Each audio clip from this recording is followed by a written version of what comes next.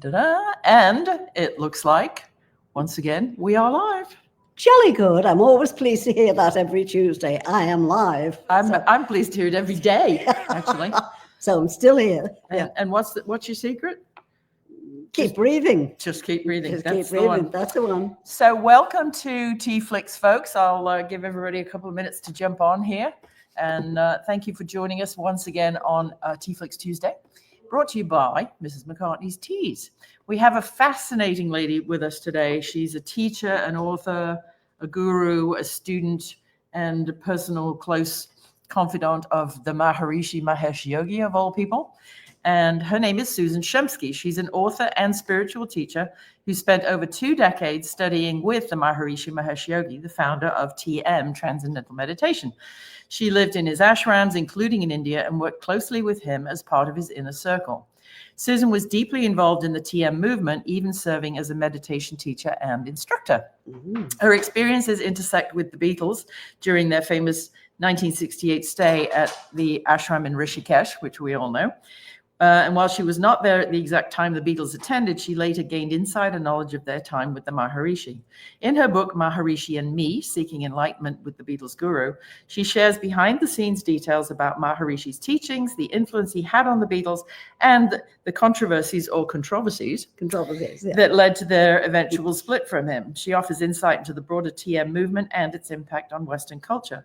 Her first-hand experiences and deep immersion in Maharishi's world gave her a unique perspective on how he shaped not only the Beatles, but also the global rise of meditation and Eastern spirituality. So without further ado, ladies and gentlemen, big digital round of applause for Susan Shumsky. Welcome. Oh, good morning, Susan. Hi, welcome. Thanks for making the time. And we were just talking, hopefully you're in Arkansas at the moment at a friend's. The last weekend's weather didn't affect you where you are personally, right? Hopefully. Right. We were safe where she is, which is in Northwest Arkansas in Rogers.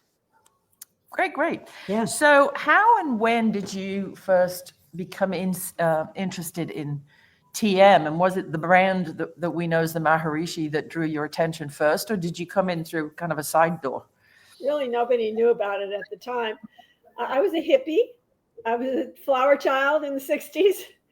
And those of us who were flower children, it wasn't just all about sex, drugs, and rock and roll. Yeah. We were seeking spiritual awakening. Yes. And the Beatles were too, by the way, at the same time that I was. And I was in the San Francisco Bay Area. And our gurus at the time were Timothy Leary and Richard Alpert, who later became Ram Dass. And they said we should tune in, and drop out. And then we can reach nirvana through LSD. So I tried that. It didn't work out too well. Psychotic breakdown.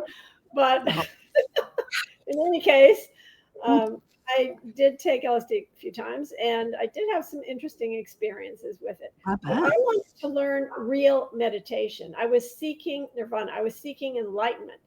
So I found out, a friend took me to the Transcendental Meditation Center, and there was no teacher there. The Beatles, no one knew about TM at the time, but I waited, and I finally got initiated about 9 months later. And That was 1967, before the Beatles. Good grief. Yeah, because 67 was really early. I know when it sort of came into our household back in Liverpool, it probably would have been 69-ish. I was probably 9 or 10. And I didn't understand why you couldn't go and talk to the grown-ups after they got up and got out of bed.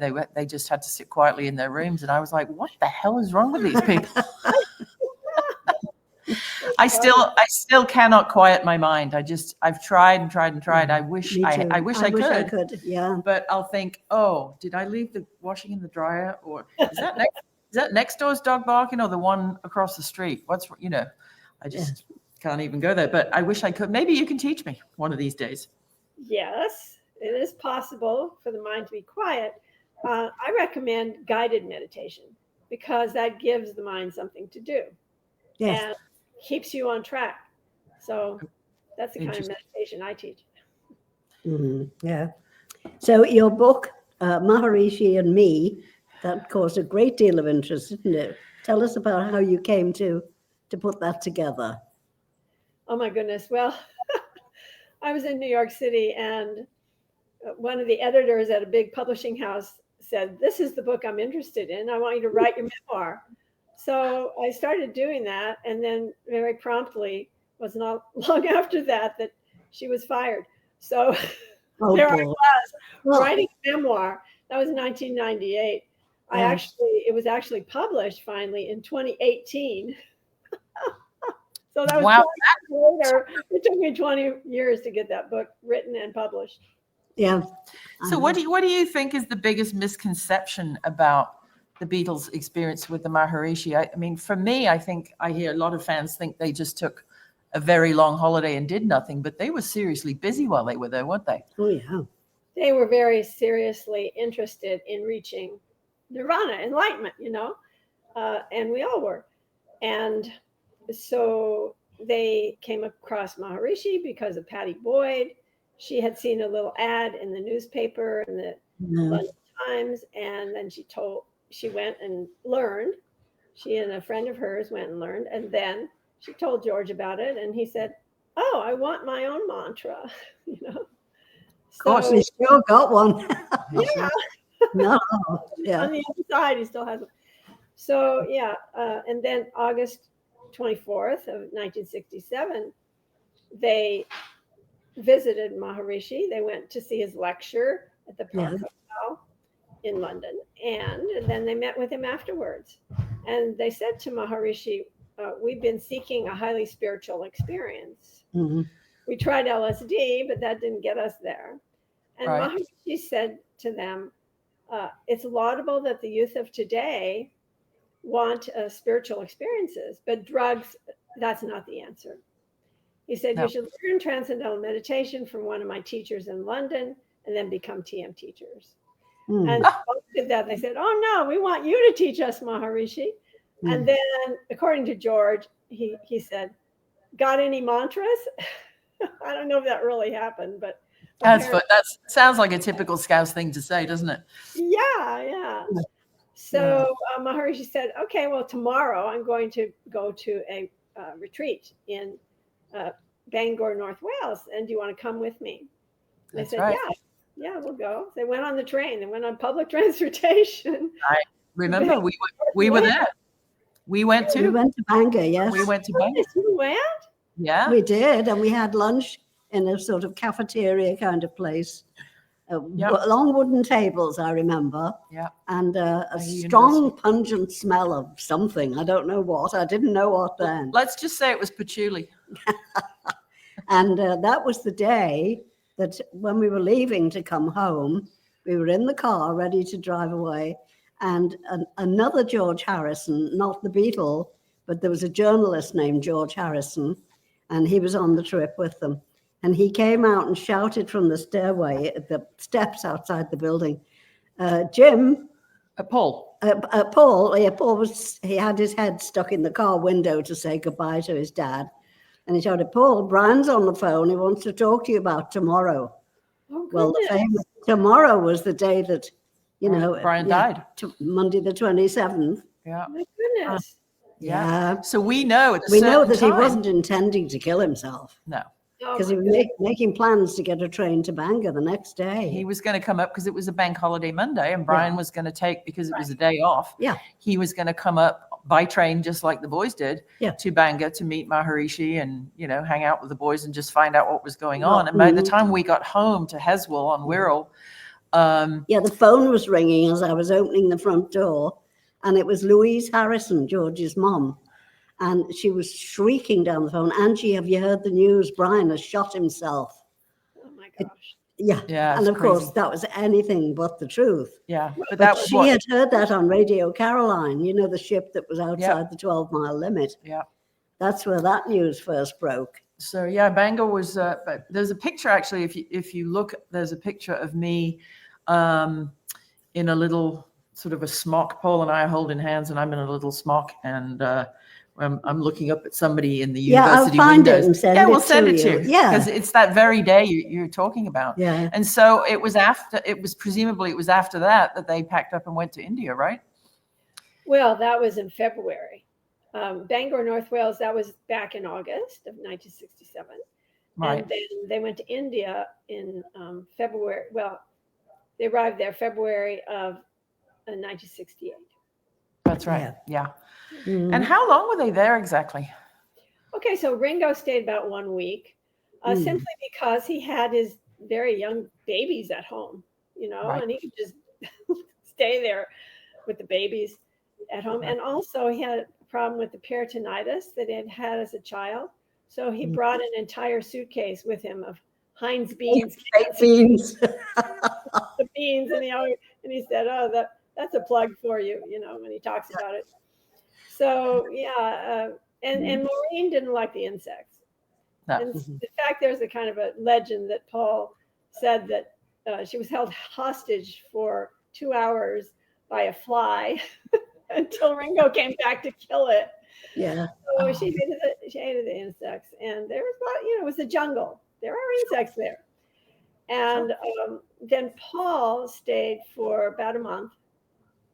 He had to leave because he was there with Jane Asher, and she had a theatrical commitment back in London, so they had to leave. However, John and George stayed until April 10th. Gosh, that's a lot. From February 16th, when they arrived, 16th around that time, they were there quite a while, and they were very serious about it. Wow. Yeah, I can remember that when they came back, I was in hospital. I'd had a bad asthma attack, and I was in a local hospital in Peswell.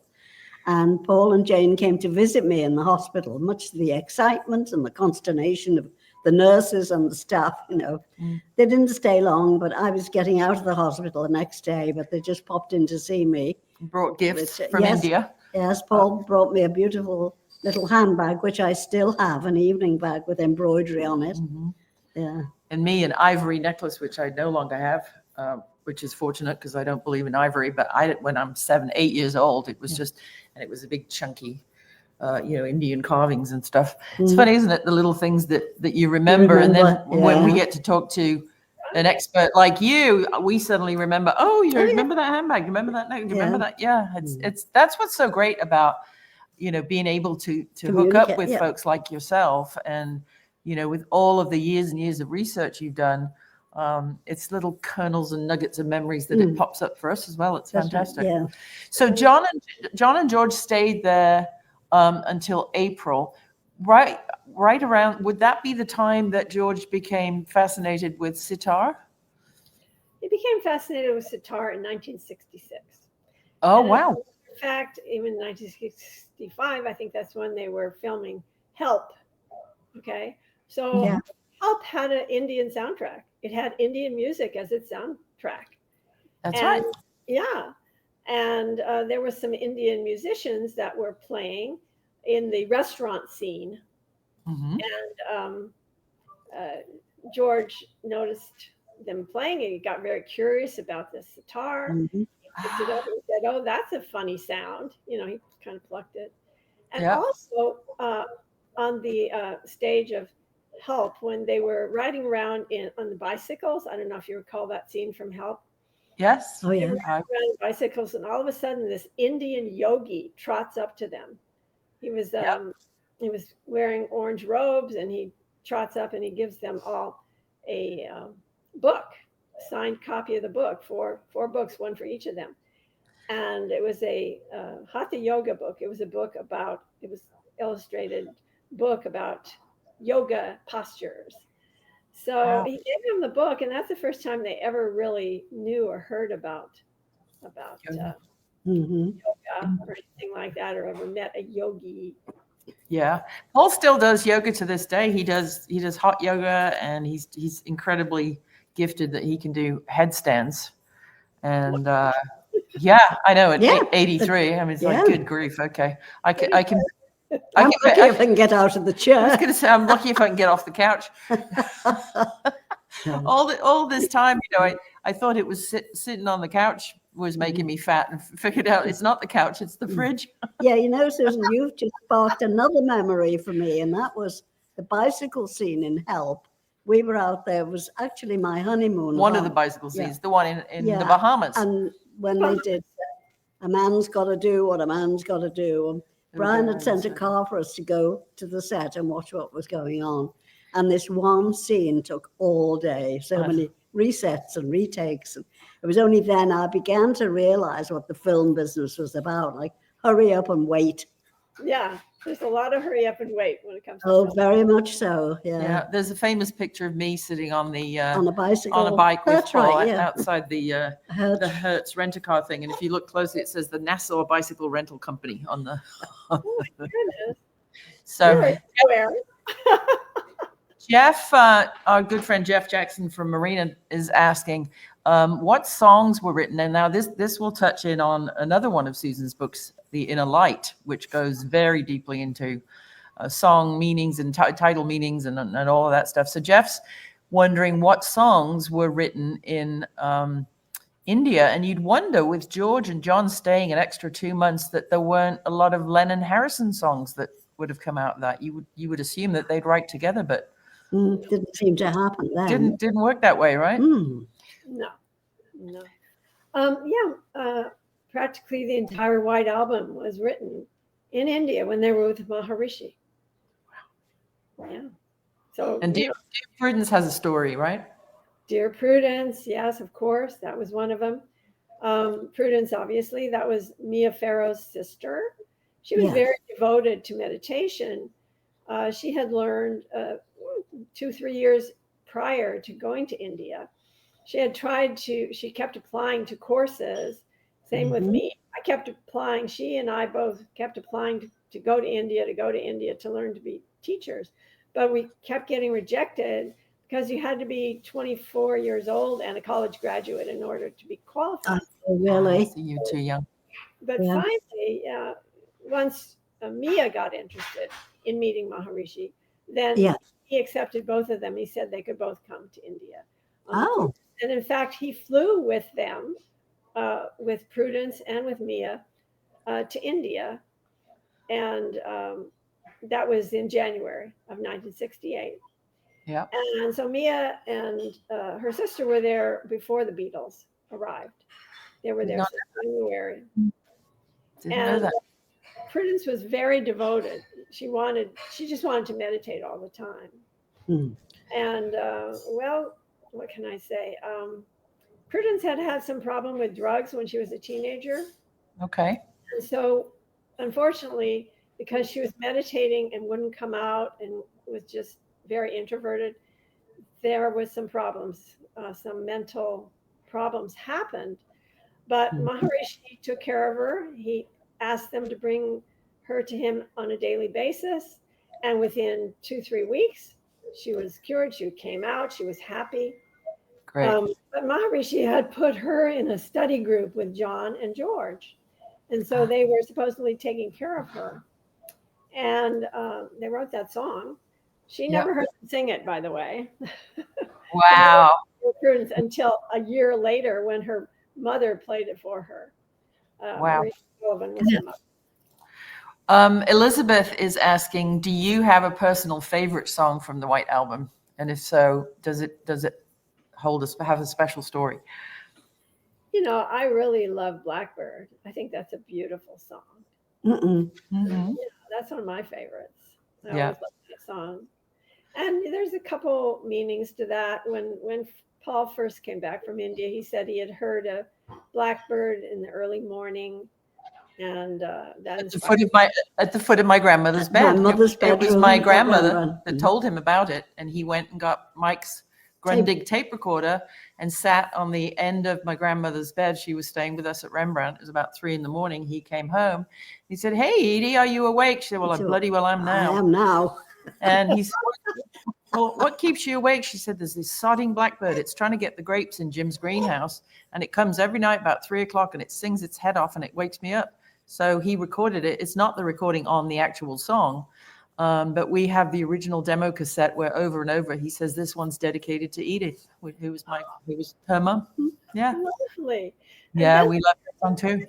Later, he decided he would talk about the civil rights movement, and then he would associate it with that. Yeah, well, PR people handle things, don't they, and manipulate stories and so on. Marketing managers at labels. Exactly. Yeah. Yeah, but he actually announced it himself. I saw the film where he was at a concert and he announced that that's what it was about. Right. Yeah. Well, and happenstance and timing. Yes, absolutely. 1968. There was no finer time for the civil rights movement. So. Yeah, very interesting. So I'm just looking up the chat here for other questions. But so did their time?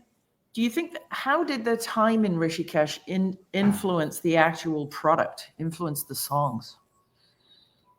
Well, it influenced them because every song that they wrote there practically was about something that happened or about Maharishi.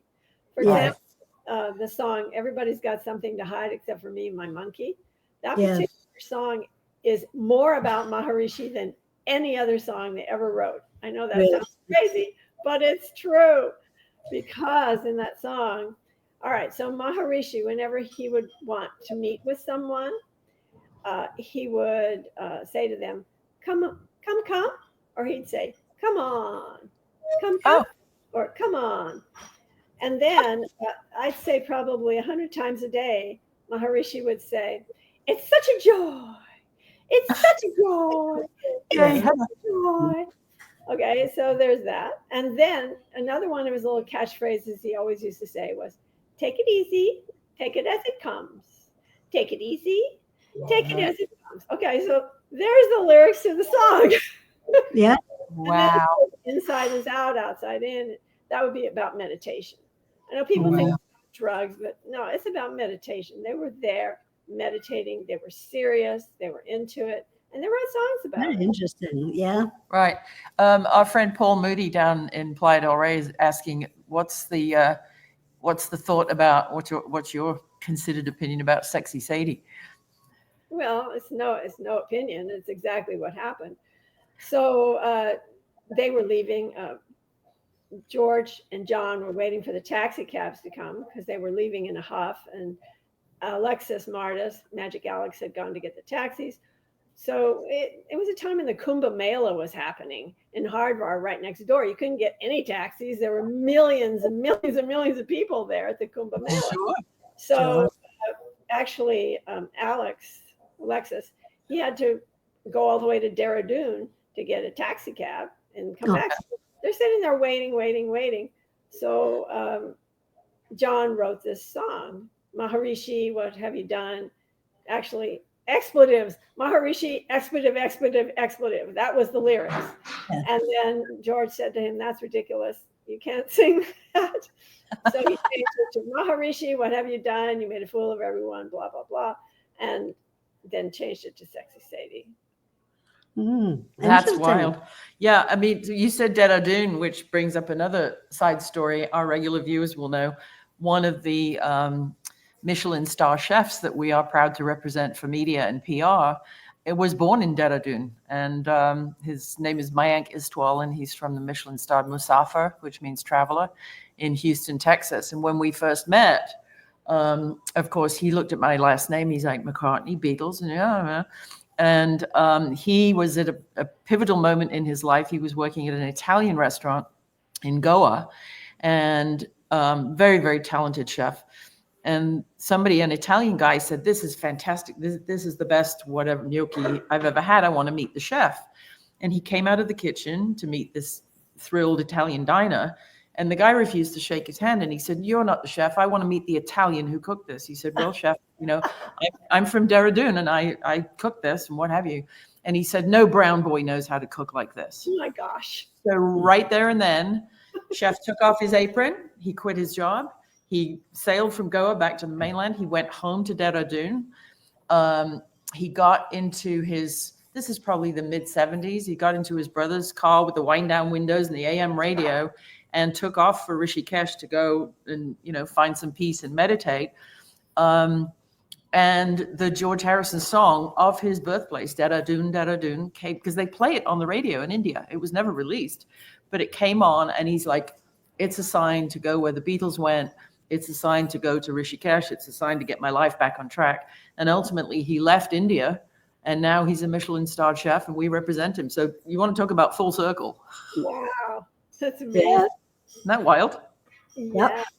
So the song Daryl Dune that George wrote, he was criticizing the people who weren't taking their meditations seriously, who would go run to Dara Dune and eat meat, run to Dara Dune to shop, and hang out there. So that's what, maybe some of the wives were doing that, different people were doing that. And he was criticizing them for leaving the ashram and going to Dara Dune. So that's what the lyrics are about.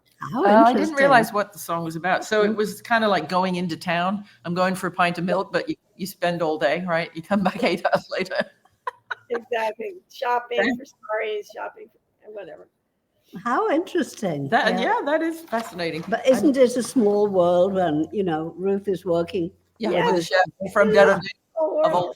Yeah. That's absolutely crazy. And there was also a music store in Dara Dune. Yeah. The proprietor there was requested to come to play for Patty's birthday that took place while the Beatles were in India. So he came and brought his little band and brought some Indian instruments and actually brought a dilruba for Patty for her birthday present. It was her birthday present to Patty, this dilruba, and she actually had been studying to play it. She had already gotten it earlier. She had gotten a dilruba, and Batish, who's a famous musician from India, he taught her to play, and he said she was quite good. She was good. Oh, yeah. I didn't know Patty was musical. She just had a birthday this week. She looks incredible. Yes. I can't believe the age they're attributing to her. I won't say it out loud, but oh my goodness, amazing. It's got an 8 in there, though. It does have an 8 now. Yes, it does have one of those in it. Sure, it's quite amazing. So having spent 2 decades in the ashrams and then 6 years personally interacting with Maharishi, how did your experiences there either shape or change your understanding of Beatles music? Or did you just always get where the White Album was coming from? Just intrinsically, just knew? Yeah, I think that's more like it, is that I understood what they were talking about. Like, for example, Mother Nature's Son and Child Nature, for example. In my book, The Inner Light, I actually included the lecture that Paul and John had listened to that inspired them to write those songs. And it was about Mother Nature, because Maharishi often would talk about Mother Nature. Yeah. Support of nature, Mother Nature. Mother Nature's son. In tune with nature. So that was, he was talking about that. And he also talked about being in tune or not in tune with Mother Nature, nature support or not having nature support. These are some of his phrases, his catchwords that he would use all the time. Right. So we knew, obviously, okay, that was about that. And other songs that we just knew what he was talking about, like Revolution is about the Maharishi effect. It's called the Maharishi effect. Wow. And the idea of revolution was Maharishi used to talk about how we could create world peace. In fact, that was how I got attracted to learning transcendental meditation, because they talked about attaining world peace. And, I, as a child of the 60s, as someone who was a child of the Cold War, I was terrified that bombs were going to fall on my head, especially because we lived so close to an Air Force base. Right. Mm-hmm. I heard flights going over my head all the time. I was afraid as if the atom bomb's going to come. Yeah, that's right. So Maharishi said he wanted to create world peace through meditation. That's the reason I signed up. I wanted that. Yeah. So, if only that were happening, right consistently. Now. Well, not just right now, but there's wars all over the world all the time. For the last 50 years, there's been a war somewhere in the world every day, whether it's Sudan or Ghana or, the Houthis or the Middle East or wherever it is. It's just, You know, I'm not a mother. I don't have kids, but I've never been able to understand how people. I always was of the notion that people want a safer world for their kids and their grandkids. They want their kids to go to sleep at night with no bombs falling, a roof over their head, something in their belly, sustainable food-wise. And so how people actually grow up and go into jobs that vote for wars just astonishes me. I mean, thank heavens we have our, brave men and women in uniform, and God bless them. But it's just a sad state of affairs that we have to have defense forces anywhere, really. That's very true. So Maharishi used to always say, in order for the forest to be green, the trees must be green. In order for the world to be at peace, individuals must be at peace. So his idea was that through meditation, we could create a world at peace, individuals learning meditation. Yeah, and that's the goal. So this idea, Maharishi actually, he would send groups of meditators to war-torn areas or to crime-ridden areas, and they would find that the war subsided or that the down, and that was called the Maharishi effect. So that's what John was talking about in the song Revolution. He was talking about you've got to change your mind instead. You can't do it through treaties, through legislation. Maharishi used to always say that. So that's where that idea came from. That's amazing. What year was Maharishi born? 1908. Gosh, so he was about the same age as my dad, 6 years younger. Yeah. Jim was born in 1902. I'm sorry. It was 1912. 1912. Okay. So my dad and Maharishi were 10 years 10 apart. years apart. Yeah. And today is 49 years. 49 years since Jim passed away. Since Jim went to get his angel wings. So good on you, Daddy. It's funny that we're talking about all things spiritual on the anniversary, isn't it? Yeah. But that's the way the universe likes it. Yes. But with so much mythology surrounding the Beatles and the trip to India, is there a lesser known story that you might want to tell us that we'd find surprising? Just something. The Bungalow Bill, the Bungalow Bill story? Sure. Yes. You do know the Bungalow. I think I do, but maybe I'm under a misapprehension of the stories behind the songs, like some of our guests arguing in the chat here. Yes. Oh, okay. Well, Bungalow Bill is kind of interesting. His name was Rick Cook, and he came to visit his mom, who's Nancy Cook de Herrera, and he came with his rifle. He wanted to go hunting. All these things I'm saying are lyrics from the song. Sure. Yeah. And they went out on the elephants, and then they went over from the elephants. They went onto a munch, which is a platform on the tree.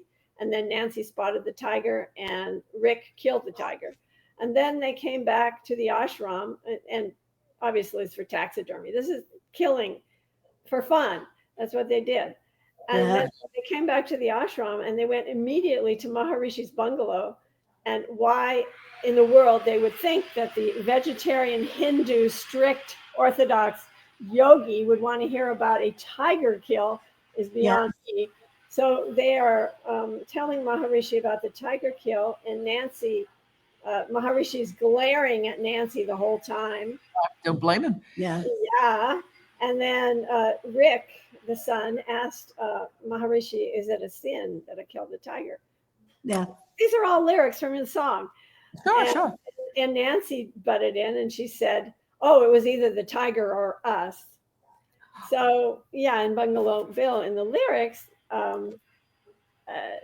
his mother butted in, and it would have been us instead of him. And I don't know, I've got the lyrics here, but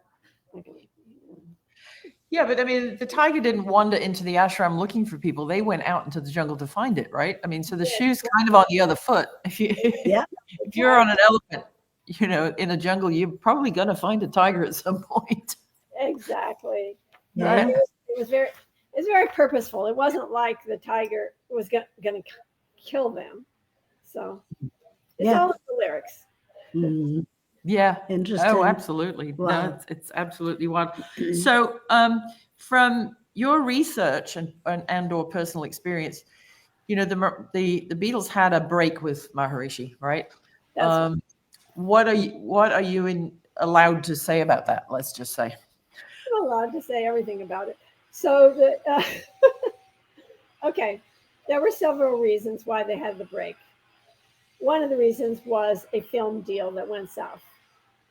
So Maharishi had made a contract with Neil Aspinall about doing a film about the transcendental meditation and about Maharishi's guru. And so Neil came to India, the contract was made, went back, and they were going to bring a film crew there. But the fact was that Maharishi had already made a contract with someone else, with 4-Star Productions. And Charlie Luth, who is the head of the TM organization, he arrived in India with a contract from 4-Star Productions, signed contract that gave exclusive rights to film Maharishi for the next 5 years. And this was pre-Beatles. This was back in 1967 or something like that. That contract was signed. Wow. So Maharishi was warned, and he said, "Oh, it's okay if everyone has a contract, we can all work together for Guru Dev or something like that." You know. Right. So, and I'll explain Guru Dev later. But so they obviously these double contracts were going on. That's and a problem. One morning, John opened the door to his bungalow. He's bleary-eyed, he's bedheaded. He opens the door, and what does he see in front of him in the courtyard? He sees a cameraman and a director who's yelling, "Action!" So he and John and George got pretty angry. They refused to leave their rooms. Yeah. They wouldn't go to the lecture hall where the lights and cameras were set up for filming. And they left very soon after that. That was one of the reasons. What a shame that through just bad business management, bad paperwork, that they lost their relationship like that. Such a shame. That was one of the reasons. Another reason was there was a woman named Rosalind Bonas, and she was there on the course. She was from Brooklyn, New York at the time. And Maharishi made a pass at her. And Maharishi had also made a pass at Mia Farrow, which she wrote about in her biography. Right. I'd heard that. Of course, that's what hit the headlines, wasn't it, around the world? Yeah. Those stories, more than anything else. Yeah. Right. So they were kind of horrified by that. And but what happened is when John came back from India and Paul said to him, "Well, you know, what happened?" And John said, "Well, we can't go following him. He's just an old lech." And Paul said, "Well, what happened?" And John said he made a pass at, Mia Farrow and Rosalind. And John said, "So what? So what?" It was his. He said, "Well, it's not. No vow is there." Well, okay. So that was Paul's perspective, but from the perspective of the Maharishi's secretaries, Maharishi told them to all be celibate, and they were being celibate.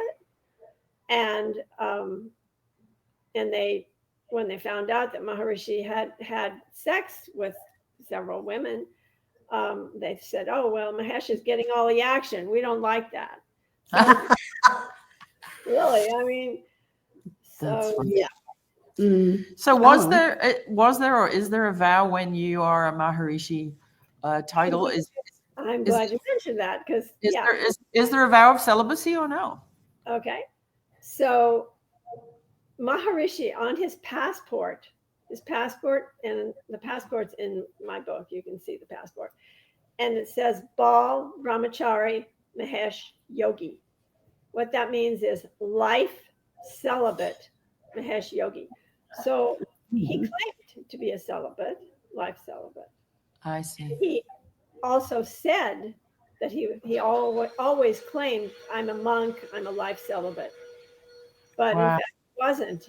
And I know this to be a fact because I know 20 women who either Maharishi had sex with or tried to have sex with.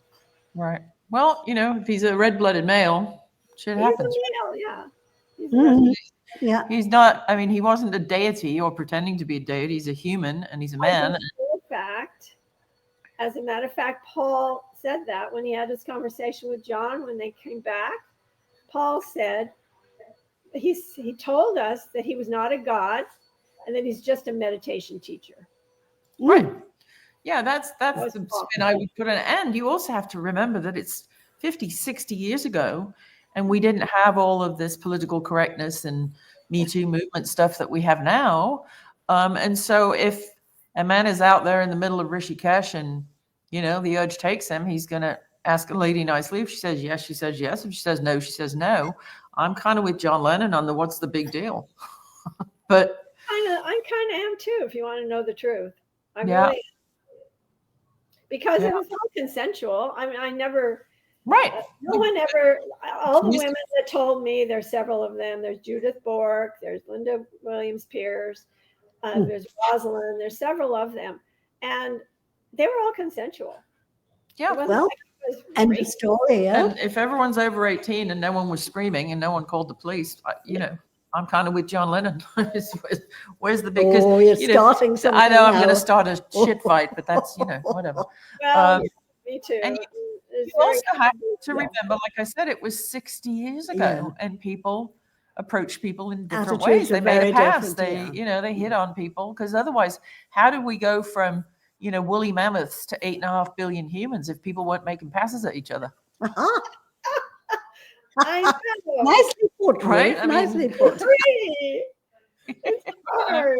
How do people ever get together anymore?